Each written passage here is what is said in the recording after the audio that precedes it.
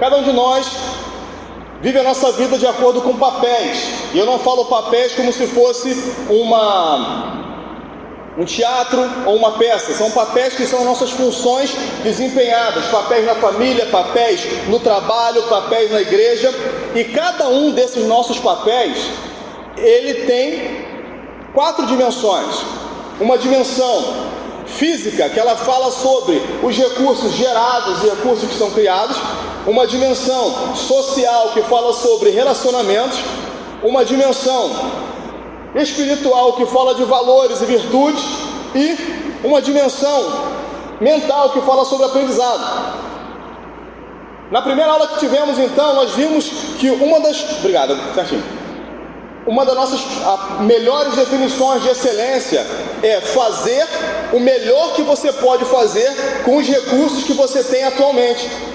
Na semana passada nós apresentamos a excelência como a habilidade de você examinar as escrituras e consultar as pessoas a quem você serve, para que você possa estabelecer padrões da sua vida e padrões de excelência. E essa excelência é um conceito personalizado. A excelência que é esperada de mim é diferente da excelência que é esperada de você, porque cada um de nós vivemos de acordo com propósitos específicos diferentes. Todos nós fomos criados para a glória de Deus, mas a maneira que nós glorificamos a Deus é completamente diferente. Deus distribuiu recursos, Deus distribuiu meios, Deus inclusive nos deu limitações diferentes que apontam destinos diferentes, que apontam propósitos diferentes. E nesse sentido, não se trata a excelência daquilo que nós queremos e podemos fazer, mas se trata daquilo que Deus espera que a gente viva. Falando sobre uma jornada, ela pode ser caracterizada pelo contraste entre 2 ferramentas poderosas, que eu coloquei aqui, a bússola e um cronômetro. Esse cronômetro, ele fala sobre os nossos compromissos, nossas tarefas, nossas metas e atividades, tudo aquilo que nós precisamos administrar o nosso tempo para poder fazer. E eu não falo somente de profissão, eu falo de tarefas em geral da vida. Nesse mesmo raciocínio, a bússola representa valores, princípios, missões, ideias, consciências, tudo aquilo que a gente tem como importante para conduzir a nossa vida. E nessa noite, ao invés de te dar um cronômetro, eu quero te apresentar uma bússola, porque muito mais importante do que a velocidade com que você caminha é você estar na direção certa e sabendo por que você está nessa direção. Não adianta você correr como um Usain Bolt na direção errada, ainda que você possa caminhar com pequenos passos. É importante que você esteja na direção certa. E se a gente precisa e a gente quer viver a excelência em todas as coisas para a glória de Deus, a gente precisa avaliar o nosso caminho e projetar um estilo de vida que nos conduza e nos faça chegar ao objetivo desejado. Na semana passada eu falei diversas vezes sobre a nossa responsabilidade nesse processo. Não vai acontecer automaticamente. Deus nos deu todas as ferramentas necessárias para tomarmos decisões que nos apontem a direção correta. E Deus inclusive está usando esta noite para te trazer ao rumo certo, lembrando a você que você precisa alinhar o teu propósito. Mais uma vez eu digo que não é o presbítero Ibrahim que vai te ensinar a excelência, é a palavra de Deus que te ensina a excelência, e pela graça de Deus hoje eu tenho a oportunidade de compartilhar com a igreja sobre esse assunto, e eu confesso que eu tenho aprendido muito e tenho sido muito confrontado no processo de preparar essas apresentações. Filipenses 4:8.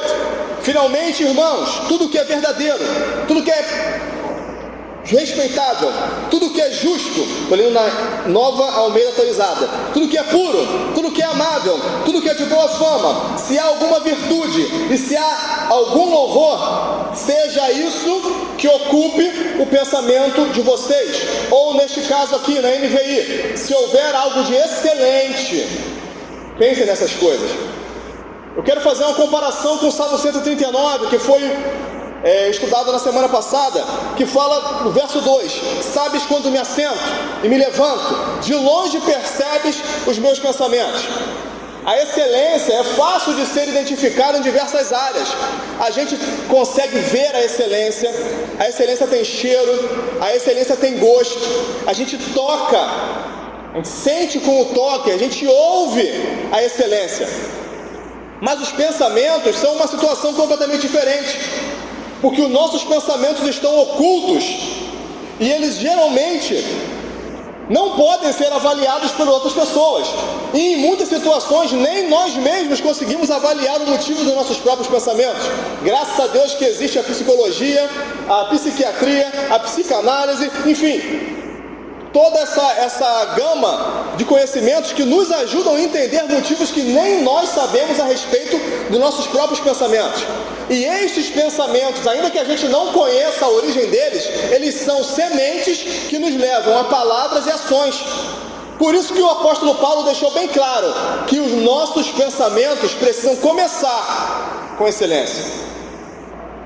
E Deus fala ao nosso coração a respeito da nossa liberdade. E quando fala de liberdade, Deus também nos dá responsabilidade. Não vou citar aqui o tio do Homem-Aranha, mas eu vou falar a respeito de grandes responsabilidades. Com grande liberdade nós também temos responsabilidade. E é tudo feito de maneira intencional. E a Bíblia nos ensina a considerar a intencionalidade para a gente poder entender as consequências. Até o momento estou me fazendo entender? Estou sendo claro o suficiente? Sim. Amém, glória a Deus. Essa liberdade de escolher, ela permite que a gente honre a Deus em todas as nossas atividades diárias. E a Bíblia nos encoraja a buscar a sabedoria. Quem não tem sabedoria, peça a Deus que a dá de maneira sem limites, de maneira liberal. E quando nossos pensamentos não são excelentes, as nossas ações e as nossas palavras, consequentemente, vão refletir essa falta de excelência. Então a gente precisa, usando uma linguagem mais atual, programar a mente, para a gente pensar assim como o apóstolo Paulo falou: não vos conformeis com esse mundo, mas transformai-vos pela renovação do vosso entendimento. O que eu estou falando aqui para a igreja não é nada novo. O apóstolo Paulo cansou de falar sobre isso, e se você for folheando a Bíblia, você vai ver inúmeras mensagens e passagens que falam sobre isso. E uma semente que cresce se torna uma árvore. Da mesma maneira, um pensamento, ele se torna uma ação. E é por isso que Jesus fala em João 15, pode passar por favor. Jesus fala em João 15: eu sou a videira verdadeira, meu pai é o agricultor. Todo ramo estando em mim que não dá fruto, ele corta, e todo que dá fruto ele poda, para que dê mais fruto ainda. Em toda a palavra de Deus, essa analogia da frutificação ela é utilizada. Os 4 evangelhos trazem esse mesmo exemplo, já mostra a importância do tema. E dos 27 livros do Novo Testamento, 15 também falam sobre frutificar. E alguns desses frutos eu trago para a igreja. Fruto dos nossos lábios, está em Hebreus 13:15. Portanto, ofereçamos a Ele sempre sacrifício de louvor, isto é, fruto dos lábios que confessam o seu nome. Outro fruto, fruto das boas obras, Colossenses 1:10, para que possais andar dignamente do Senhor, diante do Senhor, agradando-lhe em tudo, frutificando em toda boa obra e crescendo no conhecimento de Deus. Terceiro exemplo, fruto do Espírito, Gálatas 5, mas o fruto do Espírito é amor, alegria, paz, longanimidade, benignidade, bondade, fidelidade, mansidão, domínio próprio. Nós somos chamados a frutificar e Deus espera frutos de cada um de nós. Próximo slide, por favor. Deus, com seu poder divino, isso está em 2 de Pedro, como nós lemos, nos chamou para si por meio de sua glória e excelência. E o versículo 8: quanto mais crescerem nessas coisas, mais produtivos e úteis serão. O apóstolo Pedro está nos ensinando a fazermos esforço. Olha que interessante essa analogia de você falar sobre esforço e fruto. Porque eu não sei os irmãos, mas eu nunca vi uma árvore fazendo força, tremendo, até que pum, surge um fruto. Normalmente quando você observa o fruto, ele vai sendo gerado pouco a pouco. E se você não puser, como a gente faz hoje, bota uma câmera e deixa ela gravando e acelera o vídeo, você dias depois, quando você passa, opa, tem um fruto aqui. Mas você não o viu crescer, você não viu a árvore gemer, você não viu ela se contorcer, você viu o fruto sendo gerado. Da mesma maneira, eu e você somos ensinados a fazer força, mas a força não está em frutificar, porque quem gera o fruto em nós é o Espírito Santo. Mas qual é a força então que Pedro está falando aqui? Nós nos esforçamos para trabalhar a terra, para regar a planta, para criar o ambiente necessário para que frutifique. Nós nos ligamos à videira, como já falei, e a videira gera fruto em nós. O fruto não é esforço nosso, o nosso esforço é de manter o terreno preparado para que esse fruto seja válido e seja forte. Porque se você não arar a terra, se você não limpar a terra e ela tiver pedras, essas pedras vão fazer com que o fruto não tenha raiz, como Jesus falou na parábola do semeador. Se você não tirar os espinhos, esses espinhos vão sufocar esta semente. Se você não regar essa semente, essa planta que cresce, ela vai murchar e ela vai secar e ela vai morrer. O nosso esforço é estar o tempo todo atento àquilo que Deus está gerando em nós, para que aquilo que Ele está gerando em nós cresça, frutifique, apareça, seja útil. E mais importante que isso, dentro do fruto tem mais sementes. E quanto mais você frutifica, mais o Senhor te dá condições de gerar ainda mais. Oh, glória! Aleluia! Deus espera que eu e você cresçamos em excelência de caráter e de conduta. E é Ele mesmo que nos capacita. Eu acho isso maravilhoso, porque Deus não fala cresça e se vire. Deus fala cresça, mas eu te ajudo. Cresça, mas eu te fortaleço. Cresça, mas até a água que você rega a planta sou eu que te dou. Até a força com que você limpa a terra, que vai crescer a semente e a planta e o fruto que eu estou gerando. A força com que você trabalha a terra sou eu que te dou. Deus opera em nós o querer e o efetuar, mas Deus não abre mão que a gente trabalhe. Deus não abre mão que a gente ponha a mão na massa, que a gente opere naquilo que Ele está fazendo em nós, por nós e através de nós. O nome disso é graça. Aleluia. A graça nos capacita a cooperar com o que Deus já tem feito em mim e em você. Glória a Deus por isso. Pode passar, por favor. Imagina que nós estamos diante de uma obra com 3 pedreiros trabalhando.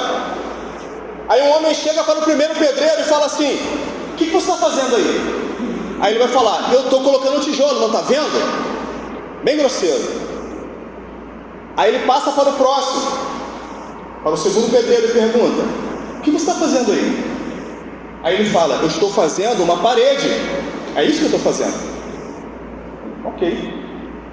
E pergunta para o terceiro pedreiro, que está trabalhando com muito cuidado, com muito carinho, limpando tudo, medindo tudo, e pergunta: o que você está fazendo? Eu estou construindo uma igreja. É isso que eu estou fazendo.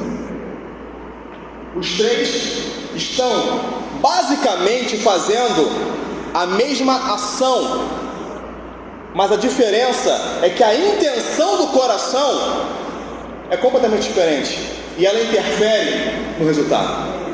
Um está vendo a tarefa inteira como tijolo após tijolo.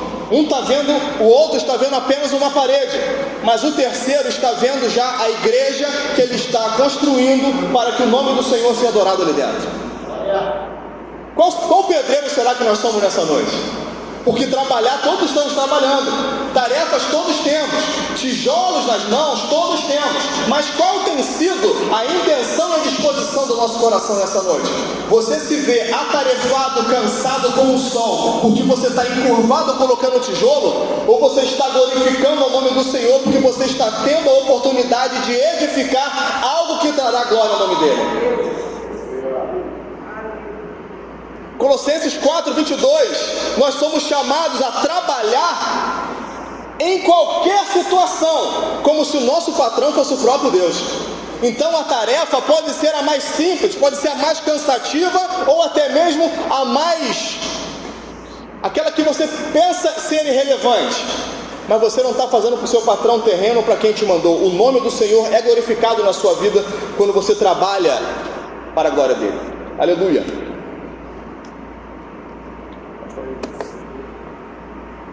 E esses valores, essas ações, essa intenção do nosso coração, ela vai afetar os nossos valores e os nossos princípios. Eu quero falar um pouquinho sobre valores e princípios, passando um pouquinho no significado deles. Valores são normas que orientam o nosso comportamento em interação social. Eles são construídos, os valores são construídos socialmente, numa ideia de bem e de mal, e de certo e de errado. Os valores, eles são temporais, eles pertencem a uma época da história. Valores mudam com o tempo, valores mudam com a geografia, valores mudam com culturas. Diferentemente dos valores, os princípios são atemporais e são universais. Se nós vivermos e entendermos a nossa vida através de princípios, nós estaremos preparados para enfrentar qualquer mudança de situação. Mas vamos imaginar o seguinte, eu tenho 2 filhos, os irmãos sabem, Gael e João. Gael tem 6 anos, João tem 3 anos. Eu não sei qual a profissão que meus filhos vão ter daqui a 10, 15, 20 anos. Pode ser que eles sigam profissões que já existem há muitos anos. Pode ser que eles sejam engenheiros, médicos, pastores, pode ser que eles tenham qualquer profissão, mas vamos dizer que eles queiram ser alguém que trabalha com inteligência artificial. Há 10 anos atrás ninguém ouvia falar de inteligência artificial, e hoje em dia tem gente trabalhando com isso e ganhando muito dinheiro. Eu não sei o que eu posso direcionar os meus filhos agora, porque eu não sei a respeito do futuro. Existem profissões que ainda não existem, e que talvez a gente venha trabalhar no futuro, se não nós, os nossos filhos, se não nossos filhos, os nossos netos, profissões que não existem, e para enfrentar e resolver problemas que ainda não existem. Mas como que eu posso preparar os meus filhos para um mundo que eu não conheço, que ainda não existe? Com valores e princípios atemporais. Quando eu ensino princípios, não importa a cultura, o valor da sociedade pode mudar, o princípio permanece o mesmo. O princípio da honra nunca vai mudar, porque foi Deus quem estabeleceu. O princípio da semeadura nunca vai mudar, porque foi o próprio Deus quem o estabeleceu. Pode mudar as épocas, pode mudar a cultura, Deus permanece honrando aquilo que Ele estabelece. E quando eu quebro princípios, os princípios me quebram. Mas quando eu preservo princípios, os princípios me preservam. Quando o princípio da honra ele é quebrado, é fácil de perceber, porque a honra tem som. A pessoa que te dirige a você sem honra, você consegue perceber pelo tom de voz, pela postura dela. Agora quando honra pai e mãe, você está honrando um princípio que Deus estabeleceu, e você é preservado por causa desse princípio. E quando você planta uma semente, que é o princípio da semeadura, Deus faz com que ela tenha o resultado esperado.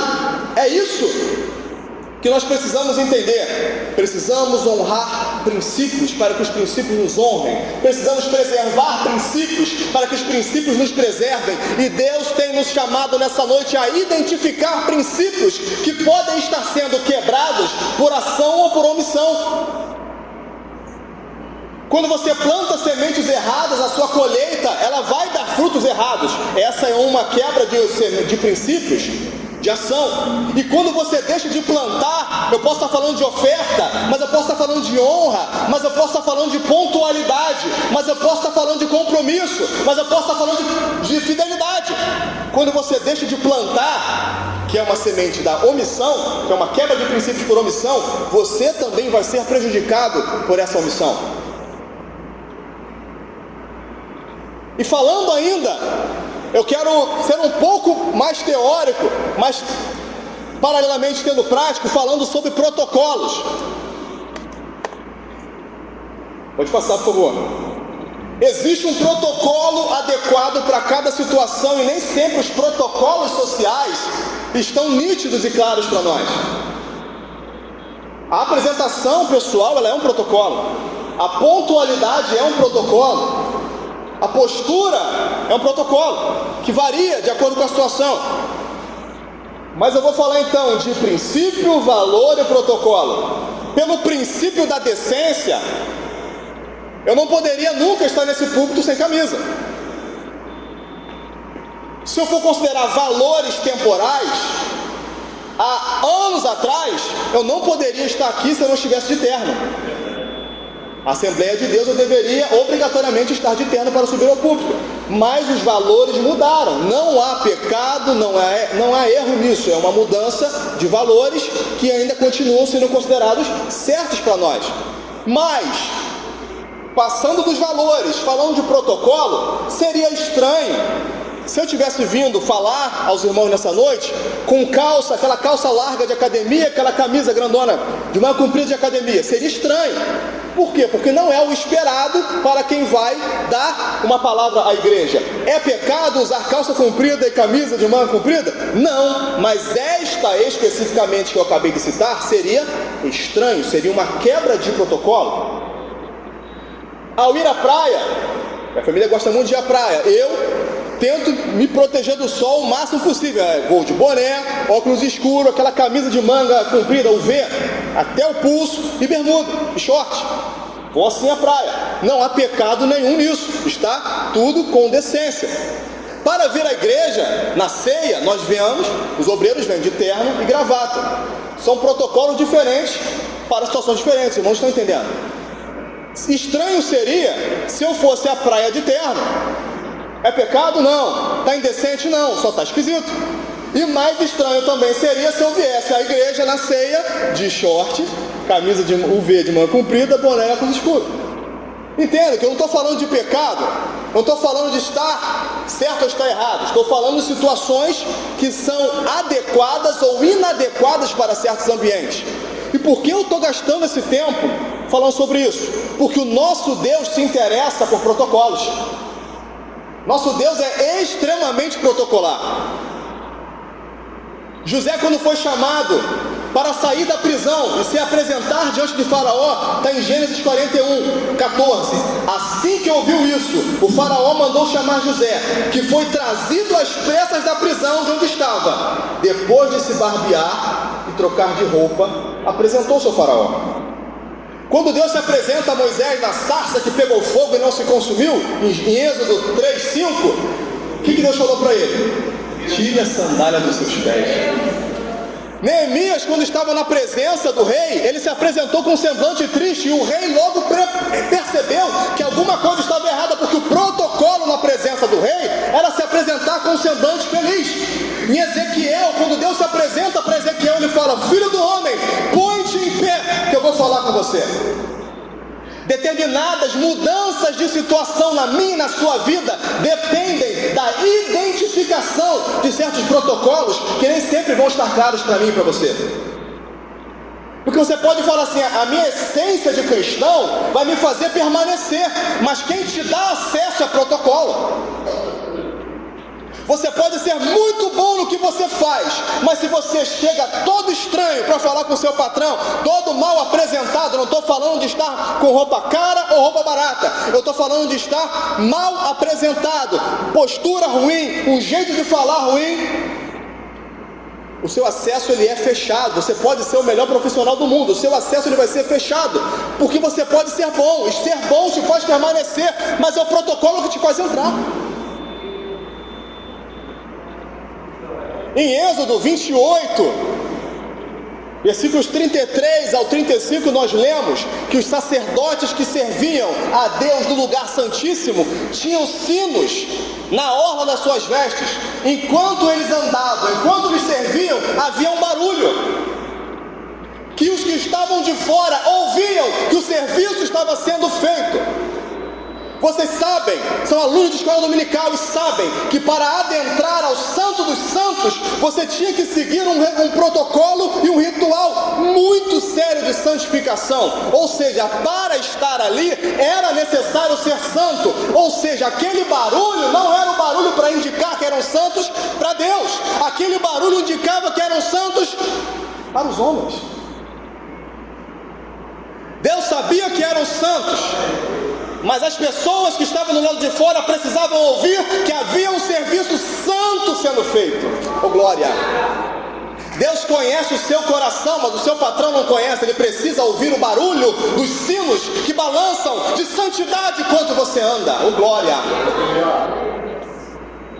Você pode ser casado há 40, 50, 60 anos, a sua esposa não, o seu marido não conhece o seu coração. Precisa haver um barulho no seu trabalho.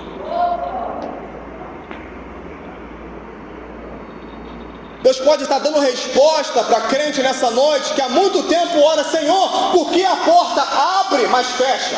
O problema é que nem sempre, não é porque a porta não abre, é porque a porta abre e fecha. E abre de novo, e fecha. Meu Deus, por que está acontecendo? Porque a porta abre, você entra, mas o sino não faz barulho. Oh glória! Sinto graça de Deus nessa noite. É uma aula, mas Deus na aula fala ao seu coração. Qual é o barulho que o seu serviço santo tem feito aos homens? Porque Deus se importa com detalhes. Ele está vendo, Ele conhece o pensamento, conhece o coração, mas as pessoas precisam ouvir o barulho de um trabalho santo sendo feito. Oh glória!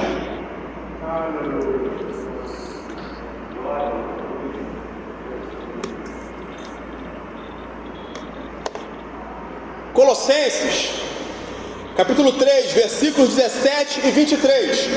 Tudo o que fizerem, seja em palavra ou em ação, façam-no em nome do Senhor Jesus, dando por meio dele graças a Deus Pai. Versículo 23. Tudo o que fizerem, façam de todo o coração, como para o Senhor e não aos homens. Perceba que a expressão tudo o que fizerem, ela indica que Deus não se importa exatamente com o tipo de trabalho, como se um fosse melhor do que o outro. Deus quer que tudo. Ah, mas presbítero Ibrahim, é tudo? É tudo. O que é tudo? Tudo é tudo. É tudo, mas é varrer a casa, sim. Mas é trabalhar, sim. Mas eu sou pintor, sim. Mas eu sou pastor, sim. Eu sou pregador, eu sou pai, eu sou mãe, eu sou dono de casa, sim. Tudo para a glória de Deus. Porque a excelência não é um ato, a excelência é um hábito. Marca isso no seu coração. Excelência não é uma atitude, excelência é um hábito. Aí eu te pergunto nessa noite, qual tarefa você tem tido dificuldade de incluir Deus no processo? Grava isso no seu coração.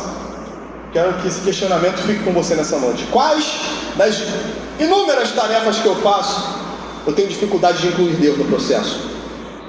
E como eu poderia honrar a Deus nessa tarefa? E você vai ver que existem maneiras de honrar a Deus na mais simples das tarefas, porque o nome do Senhor é glorificado quando a gente trabalha com intenção de fazê-lo. E Deus é orientado a detalhes. Eu já falei sobre a orla do vestido do sacerdote, mas também em Êxodo capítulos 25, 26, 27 e 30, Deus dá uma descrição a Moisés minuciosa de como deveria ser construída tabernáculo, que representaria a presença do próprio Deus no meio do povo, desde que eles saíram do Egito até o momento em que eles entraram na terra prometida e foi construído o templo. Deus deu detalhes sobre como eram as estacas que prendiam as varas que sustentavam a tenda. Deus falou de que material deveriam ser feitos. Deus falou como deveriam ser as ilustrações, os desenhos das paredes. Deus deu detalhe de tamanhos, de materiais, de formatos, porque Deus é extremamente ligado em detalhes. E se o nosso Pai é assim, por DNA do nosso Pai, nós também precisamos ser orientados para detalhes. Eu e minha família fomos recentemente a uma festa, num sítio, que nós paramos assim, ficamos olhando, eu e minha esposa, um sítio bem localizado, estacionamento muito bom de chegar, de parar, beleza. Uma área grande interna, para botar brinquedo, tinha piscina para criança, um sítio muito legal. Mas quando a gente não conseguiu achar na primeira vez, nós passamos direto, porque a entrada era uma plaquinha pequenininha, apagada e quase escondida, e tinha uma lixeira cheia de lixo na porta. Quando a gente voltou, mas é aqui, essa lixarada mesmo na porta, essa plaquinha desse tamaninho. Entramos, falei, sítio legal. Só que quando você olhava, você via detalhes que mostravam que não houve uma preocupação de fazer com que o melhor fosse oferecido. E mais uma vez, eu repito, outra vez, não estou falando de gastar dinheiro que não se tem, não estou falando de coisas caras ou chiques, eu estou falando de esconder um fio que estava solto, eu estou falando de tampar um buraco de tomada que você compra por R$2, então, aquele espelho de tomada. Eu estou falando de consertar uma torneira que estava pingando, uma mancha que uma esfregadinha poderia ter tirado. Esses pequenos detalhes incomodavam a nós. Por quê? Porque a gente precisa estar atento a isso. E porque eu estou falando em tantos detalhes, coisas tão simples, porque você vai chegar hoje na sua casa, em nome de Jesus, e você vai dar um 360, e você vai olhar, esse fio está solto aqui, dá para prender, mas a irmã está dando glória, ô glória, é isso aí. Os maridos vão chegar em casa e vão olhar, tem um fio solto aqui há anos, que custa R$0 consertar. Esse vidro rachado, desde que eu era solteiro, já tenho neto e nunca troquei. Meu Deus, não é assim não, eu preciso trocar esse vidro.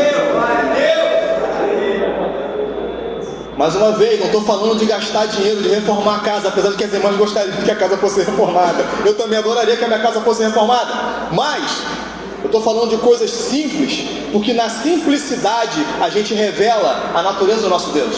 Porque todos nós aqui temos experiência de conhecermos e vermos pessoas ricas, que você sabe que é rico, que tem dinheiro sobrando, mas é porco, desculpa a palavra, mas é porco, relaxado.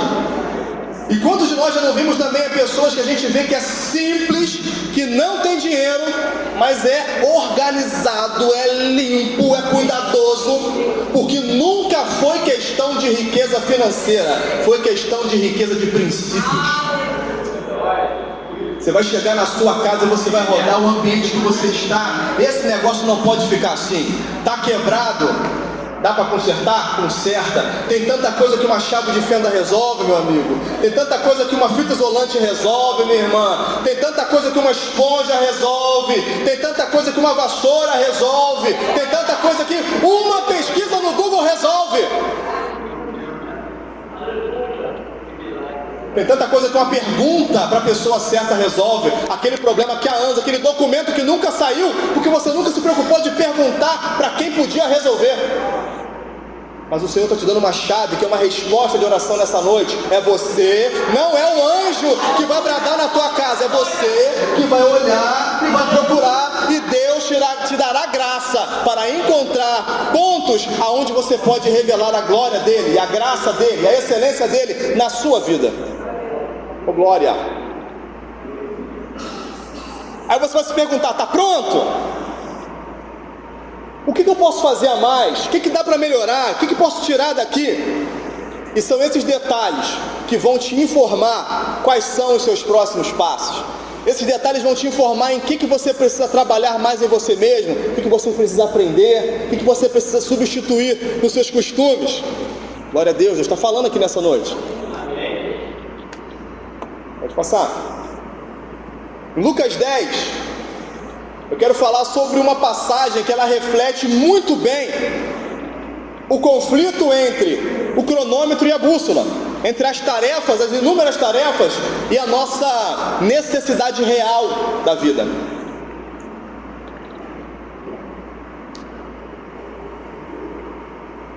Em Lucas 10, nós vemos que Jesus entrou numa aldeia onde morava Marta, Maria e Lázaro. Jesus entra com seus discípulos na casa de Marta e Maria. Marta, querendo servir ao mestre da melhor maneira possível, com o melhor que ela tinha, ela não conseguiu sossegar, não conseguiu parar para sentar e ouvir ao mestre, até o momento em que ela fica indignada que Maria estava sentada aos pés de Jesus e fala: mestre, o senhor não se incomoda que ela está sentada aí nos seus pés e não me ajuda? E Jesus fala: Marta, Marta, estás ansiosa e afadigada com muitas coisas, mas só uma é necessária. Maria escolheu a boa parte e não será tirada. Glória. Pode passar, por favor. Muitas coisas. Charles Spurgeon fala que o erro de Marta não foi servir, porque a nossa condição de servo é para todo cristão, mas ele diz que o erro de Marta foi se tornar distraída com tantos serviços que ela deixou de se lembrar que o próprio Jesus estava ali para ensinar. É fácil a gente acabar se distraindo com coisas importantes, porque a gente pode acabar também se distraindo com o óbvio. É óbvio que essa casa precisa ser limpa, é óbvio que eu preciso ir trabalhar, é óbvio que eu preciso cuidar dos meus afazeres, é óbvio que todas essas atividades legítimas precisam ser atendidas.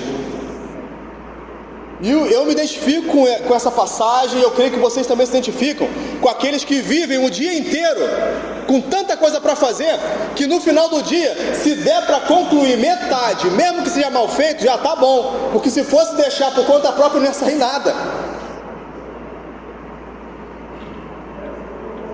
É como se a excelência fosse uma ilusão. Aí a gente se pergunta: o que eu posso fazer com tanta coisa para fazer? E a minha resposta é: não dá para fazer tudo, mas eu posso fazer uma coisa.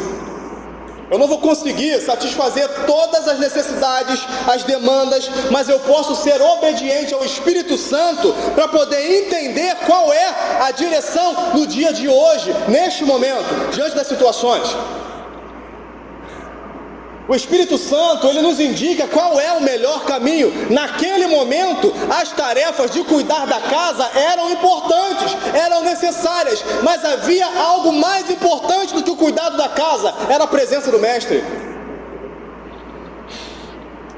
A gente precisa avaliar as nossas tarefas, os nossos compromissos, para ver se a gente não está ocupado demais com coisas importantes e deixando de trabalhar no essencial.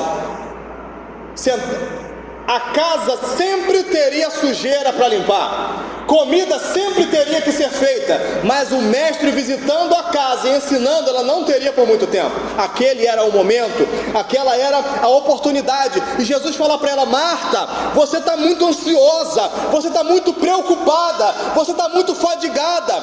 Jesus fala para mim e para você nessa noite: você está cansado, você está fadigado, achando que tem que dar conta de tudo. Não dá tempo de fazer tudo, mas pela graça e com o auxílio do Espírito Santo, você vai conseguir identificar quais são as tarefas que, sendo feitas, tornarão todas as outras mais simples de serem cumpridas.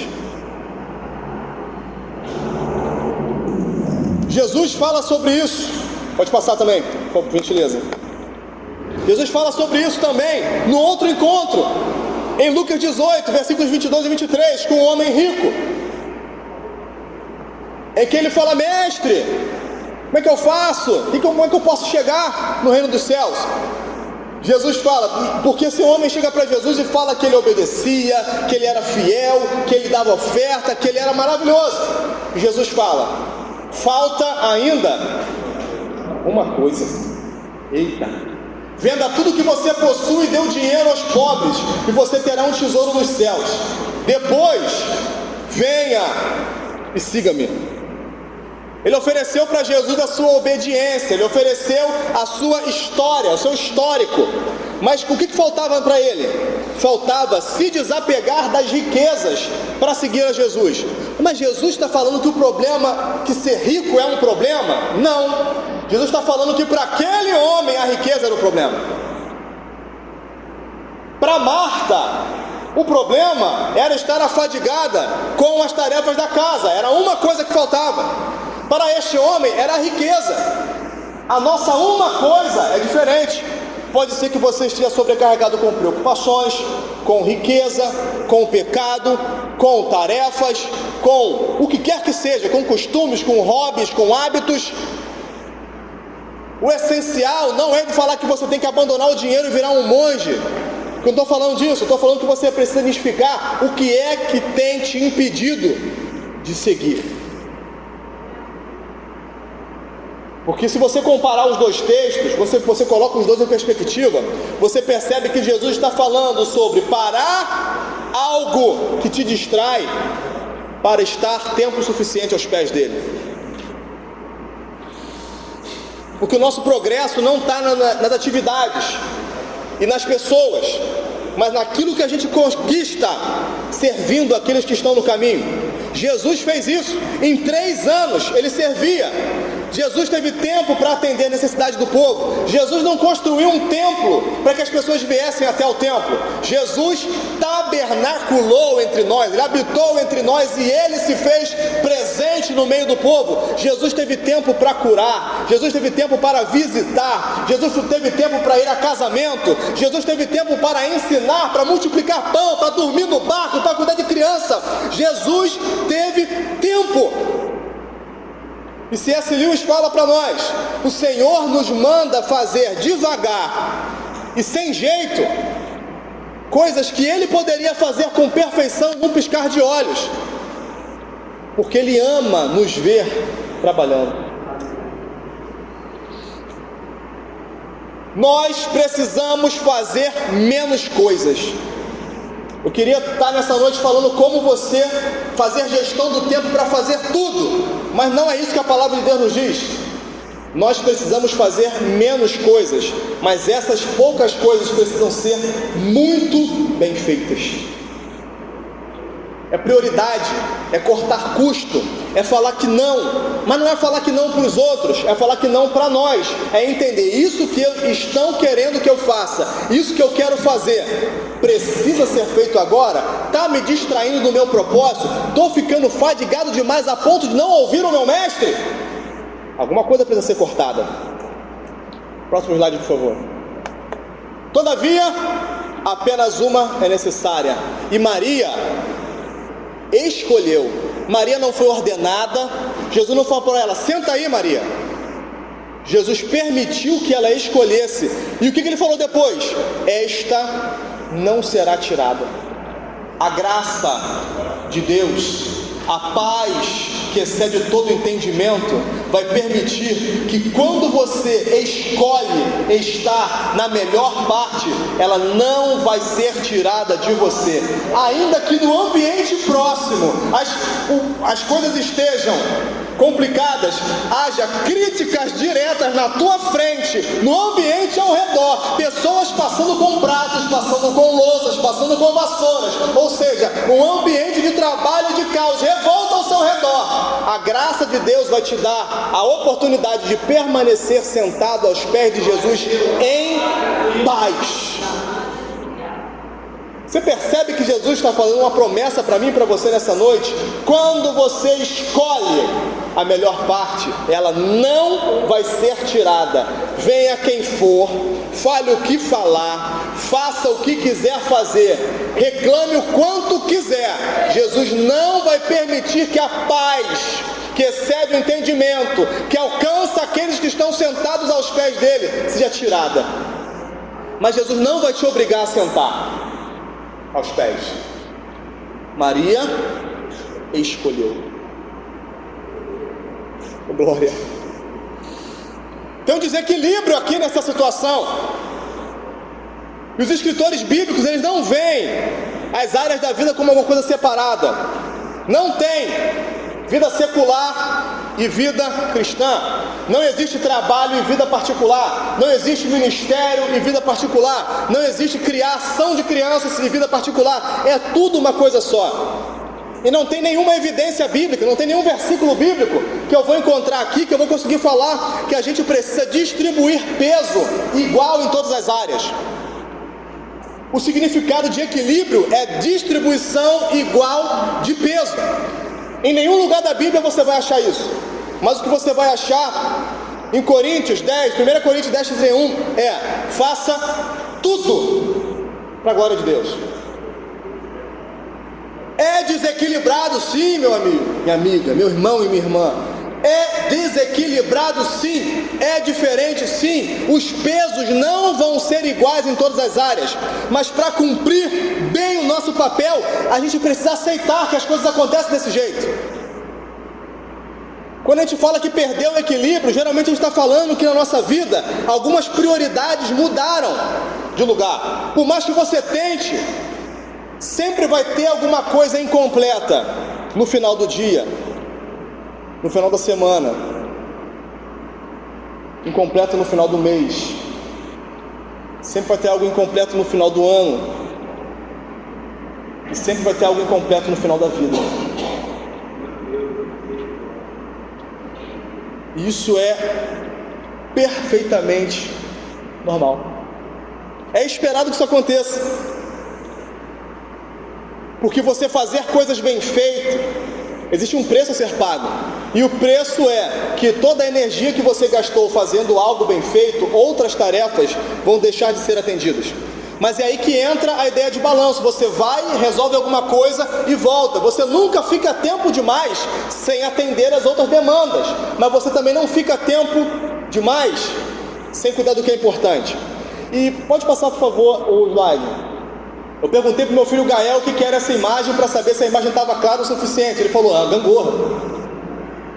E falando de um ponto de vista prático, o equilíbrio entre o cronômetro de fazer as coisas rápido e a bússola de fazer aquilo que te aponta em direção ao propósito, ele se encontra não naquele pequeno momento em que os dois lados da gangorra se encontram, mas o mistério está no movimento de subida e de descida. O tempo em que essa gangorra da minha e da sua vida, das atividades, do propósito, que a gangorra está equilibrada bem no centro, é muito curto. Mas Deus nos encontra nesse movimento. E Ele nos dá graça para subir e para descer. E Deus cuida das situações que nós deixamos de atender. E Deus nos dá graça para sermos efetivos naquilo que nós estamos dedicando a nossa ação naquele momento. Estou sendo claro o suficiente? Os irmãos estão entendendo a ideia que eu estou plantando na cabeça de vocês? Quando a gente entende que os dois lados são coisas separadas, a vida realmente vai estar completamente desequilibrada. Mas é aí que entra a história de Marta e Maria. A gente encontra Jesus sendo o centro que equilibra o movimento da vida, o trabalho e a devoção, o cronômetro e a bússola, as tarefas e o propósito. Jesus sendo o centro, tudo vai dar certo. Jesus foi levado pelo Espírito ao deserto para ser tentado pelo diabo. E depois de jejuar, quanto tempo? Esse texto está em Mateus 3, bem no início do ministério de Jesus. Jesus acabou de ser batizado por João Batista. A hora que o ministério começa, a gente imaginaria: agora Jesus vai começar a pregar direto. Agora Jesus vai para casa, Jesus vai fazer ceia, Jesus vai andar de barco, Jesus vai passar curando todo mundo. Jesus vai para o deserto, 40 dias e 40 noites. Jesus é o oposto perfeito do equilíbrio, porque a gente imaginaria: agora vai começar, o negócio agora vai andar com velocidade. Jesus mostra que mesmo No momento em que todos achavam que o negócio ia decolar, Jesus parou e foi orar e jejuar. O problema não é sair do equilíbrio, é por quanto tempo que a gente vai estar fora. Porque a gente vai ter condição de focar naquilo que é mais importante. Quem tem filhos pequenos sabe que demanda muito tempo, muitos anos. Mas isso é totalmente necessário, porque você está gerando um legado, uma história, criando homens e mulheres de honra. Essa é a beleza da gangorra. Por isso que eu fiz questão de dar esses exemplos. Aí você entende que há um movimento e que Deus se manifesta nesse movimento de altos e baixos, de subidas e descidas. E digo mais, a graça de Deus para te sustentar nesses momentos. Pode passar, por favor. Eu caminho para o final. Quando a gente está pronto para começar um novo projeto, ou a gente quer se livrar de um hábito ruim, geralmente a gente fala o quê? Eu quero fazer alguma coisa, eu quero deixar de fazer alguma coisa. Mas em vez disso, eu quero te alertar que nós precisamos focar em ser. Eu coloquei aqui uma medalha de maratonista, porque você pode falar assim: eu vou correr uma maratona. É um objetivo, é uma tarefa. Mas isso é baseado no fazer. Ao invés disso, o correto seria falar: eu quero ser um maratonista. Alguém aqui já correu uma maratona? 42 quilômetros? Eita. Alguém já correu uma meia maratona? 21? Não. 10 quilômetros? Alguém já correu? 16, olha aí. Tá tirando onda. Na praia? Bravo. Isso aí. Muito bom. 16 quilômetros. O meu máximo foi 16 quilômetros também e o joelho dói muito. Nós falta só Jesus. Vamos correr junto, irmão. Vamos correr. 5 quilômetros. Quem já correu 5 quilômetros? Aí sim. Quem nunca correu 2 quilômetros? Não. Para chegar no trabalho não conta. Estou dizendo assim, atrasado não conta. Digo sair de casa para correr 2 quilômetros. Quem nunca correu? Correr para levar alguém no médico, passou a correr alguém, é outra história. Isso aí, na hora tu vira o Usain Bolt. O que eu estou falando é o seguinte: você não se torna um maratonista depois que você corre a maratona. Você só consegue correr uma maratona 42 quilômetros se você se torna antes um maratonista. Se você tentar do nada correr 42 quilômetros, você pode infartar, você pode torcer o joelho, você pode torcer o cabelo, enfim, alguma coisa muito grave vai acontecer contigo nesse processo. Mas, por que eu estou falando isso? Porque ser um maratonista, e por que eu falei de maratona também, meu Deus do céu? Porque é um texto que Paulo adorava falar sobre isso. Paulo sempre falava sobre corrida. A maratona fala sobre preparo físico, equipamento correto. Você não vai correr de chinelo, não vai correr com tênis mais barato. Tênis de maratona é caro. Você não vai correr com a mesma roupa que você vai para a igreja. Você tem que ter uma roupa especial, uma alimentação especial. Você tem que andar com pessoas que te incentivam. Você tem que ter estratégia, tem que ter um relógio com GPS, tem que ter todo um aparato, porque não é uma corridinha daqui e ali, são 42 quilômetros. Vocês estão entendendo o que eu estou querendo dizer com isso? Onde eu quero chegar?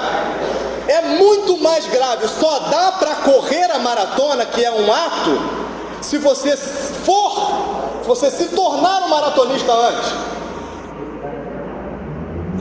Só dá para ser um bom pai. Só dá para agir como um bom pai se você se tornar um bom pai antes. Só dá para atuar como um pastor se você for um pastor antes.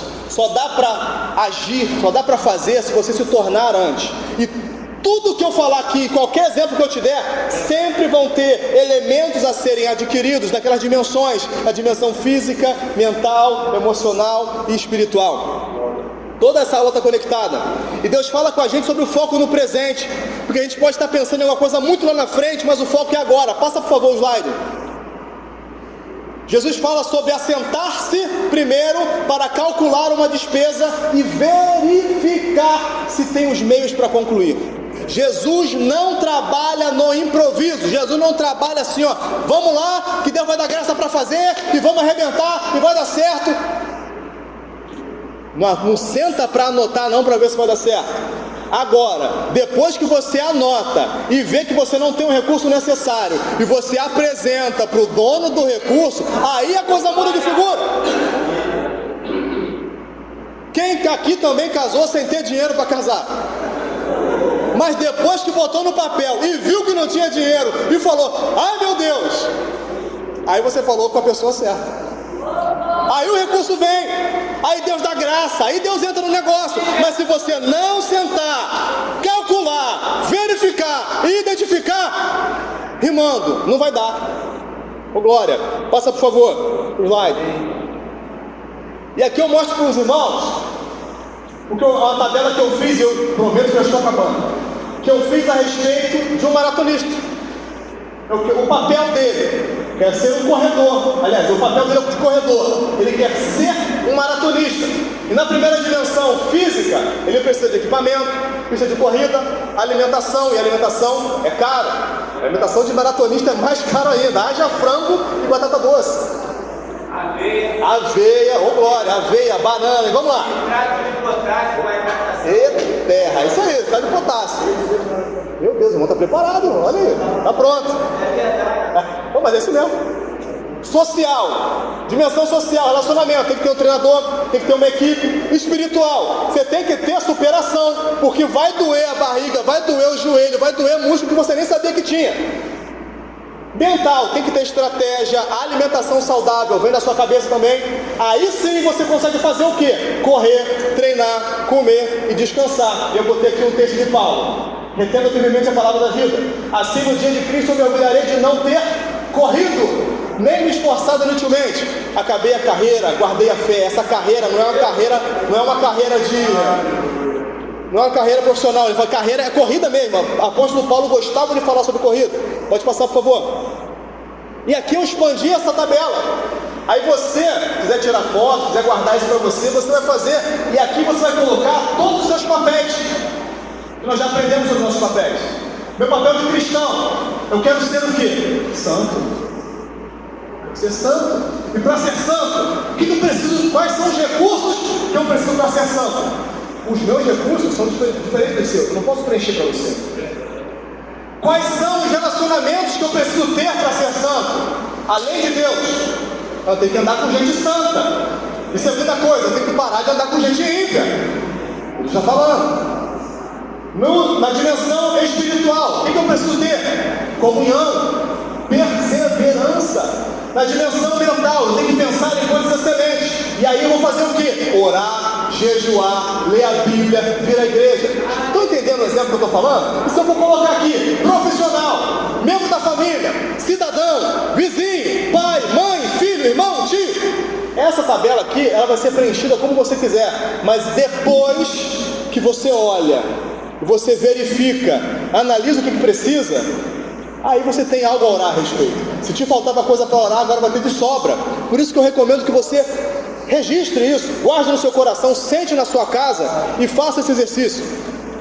E você planeja de trás para frente, você planeja do final, do que você quer ser, até o início desse processo. E você precisa olhar como um todo, cada área da sua vida vai influenciar as outras. Ser cristão vai influenciar como você é pai, como você é profissional, como você é maratonista. A sua profissão influencia a sua maneira de viver, a sua fé, a sua religião, postura política, enfim. A minha profissão interfere muita coisa na minha vida, porque eu internalizei vários valores diferentes dos irmãos. E temos limitações, só que limitações não são problemas. Limitações são pontos para a graça de Deus atuar. Porque como o apóstolo Paulo fala em 2 Coríntios 2,19, minha graça é suficiente para você, pois o meu poder se aperfeiçoa na fraqueza. Portanto, eu me gloriarei ainda mais alegremente em minhas fraquezas, porque o poder de Deus, de Cristo, repousa em mim. As suas limitações são um ponto perfeito para que Deus seja glorificado nas suas fraquezas. Simplifica, observa, faça perguntas, Perceba os momentos de desequilíbrio e aceite esse desequilíbrio, porque a devoção e o trabalho, o cronômetro e a gangorra,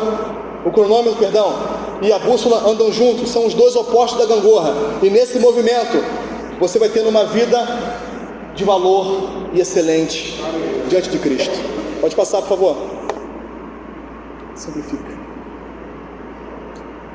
Coloca de pé, por gentileza, eu quero orar com você.